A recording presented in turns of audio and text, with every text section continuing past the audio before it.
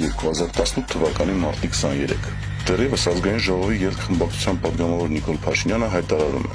այն պահից, երբ մենք կհրապարակենք մեր ճանապարհային քարտեզը, ուղիղ 10 օր հետո Սերժ Սարգսյանը հեռացած է լինելու իշխանությունից։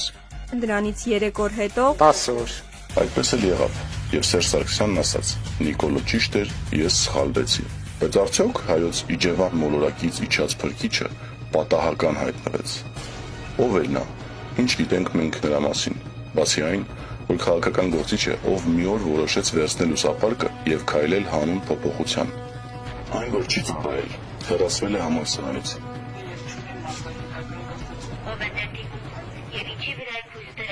Եվ նույնիսկ այն հանգամանքը, որ ըստ շրջանառվող լուրերի պատվերով հոդվածներ է գրել եւ գումարի դիմաց գովել կամ փնովել իշխանություններին։ Ցավոք ամենասարսափելի փաստերը չեն վերջինիս մասին։ Պարզվում է, բյուրեղյա մաքրամաքուր Նիկոլը բծեր ունի իր կենսագրության վրա, որոնք չեն մաքրավոր։ Ուզում ես ժաղելով լվալ։ Հետ գնանք տարիներ, երբ Լևոն Տեր-Պետրոսյանը մի ամբողջ սերնդի կյանքը ապականելուց հետո դեռ չէր հանգստացել եւ փորձում էր վերադառնալ իշխանության։ Եվ ով էր այդ ժամանակ նրա թիմակիցը, մերձավորը, աջ կամ ձախ թևը։ Նույն ինքը Նիկոլ Վովայի Փաշինյանը։ Ես այսօր այդ ուղին տեսնում եմ Լևոն Տեր-Պետրոսյանի քաղաքական պայքարին սատարելու մեջ։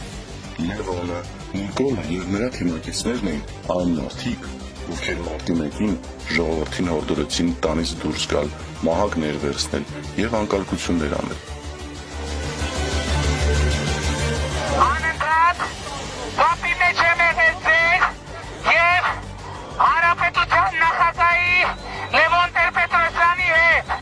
Որևէ քաղաքական գործիչ, երբ մարդկանց կոչ է անում դիմել նման քայլերի, չի կարող տեղյակ չլինել դրա հետևանքներից, կամ գոնե պարտավոր է պատասխանատվություն կրել։ Իսկ ինչ արեց Նիկոլը։ Ես ձեզնից յուրաքանչյուրին կոչ եմ անում,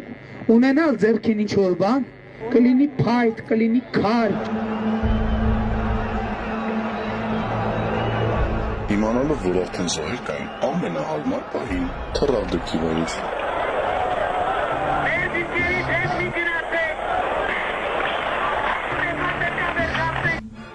Ու հիմա էլ ինքը մարտի 1-ի գործի քաղաքական պատվերը տալիս ու փորձում մեղքը բարթել այլ մարդկանց վրա։ Եվ չնայած գործադրվող բոլոր ջանքերի, չի ստացվում մեղքը կարել ուրիշի վրա։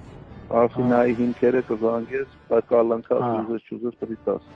Իսկ չեք հիշում, որ կոտ կարծած Փաշինյանը թռել էր մարտի 1-ին, իսկ նրա քաղաքական հայրիկը Լևոն Տեր-Պետրոսյանը իր սև առանձնատանը փակված ու ապահով իր թիմի անդամներից մեկի հետ զրույցում մարտի 1-ի լույսի 2-ի գիշերը, երբ արդեն հայտնի էր 10 զոհերի մասին, հատկապես շեշտում էր, որ վաղուց այնքան հանգիստ չէր քնել, որքան այդ գիշեր։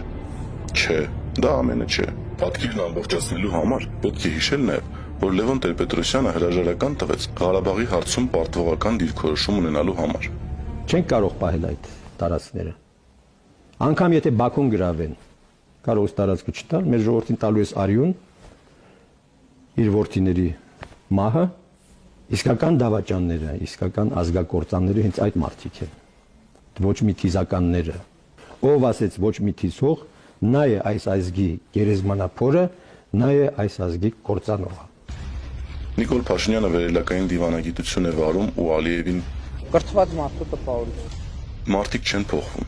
քաղաքական գործիչները առավել ևս։ Նրանք ընդհանրապես ռեբրենդինգի են ենթարկվում իրենց պետք եղած ժամանակ։ Ու այսօր էլ մենք ունենք իշխանություն։ Այս հաղթանակը ավելի կարևոր էր, քան թե Արցախյան ազատամարտը։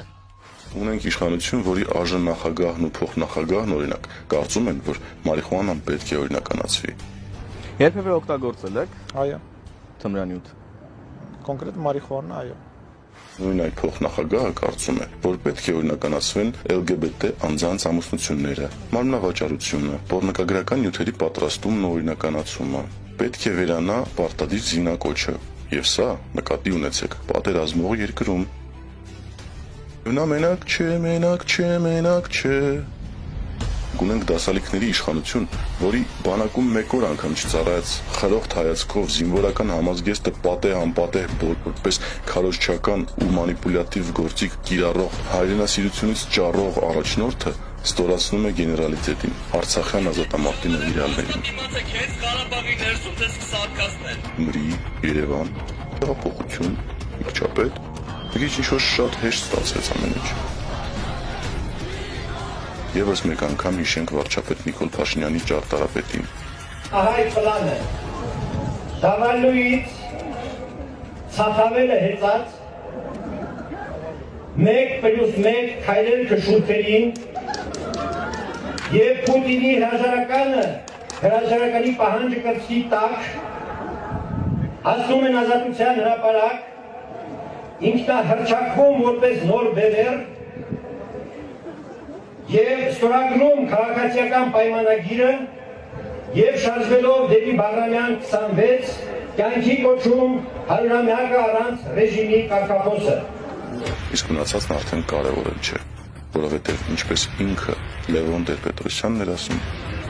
սա Բերլինի գրավումից ավելի հանճարեղ պլան է։ Համաձայնեք, որ իսկապես հանճարեղ է։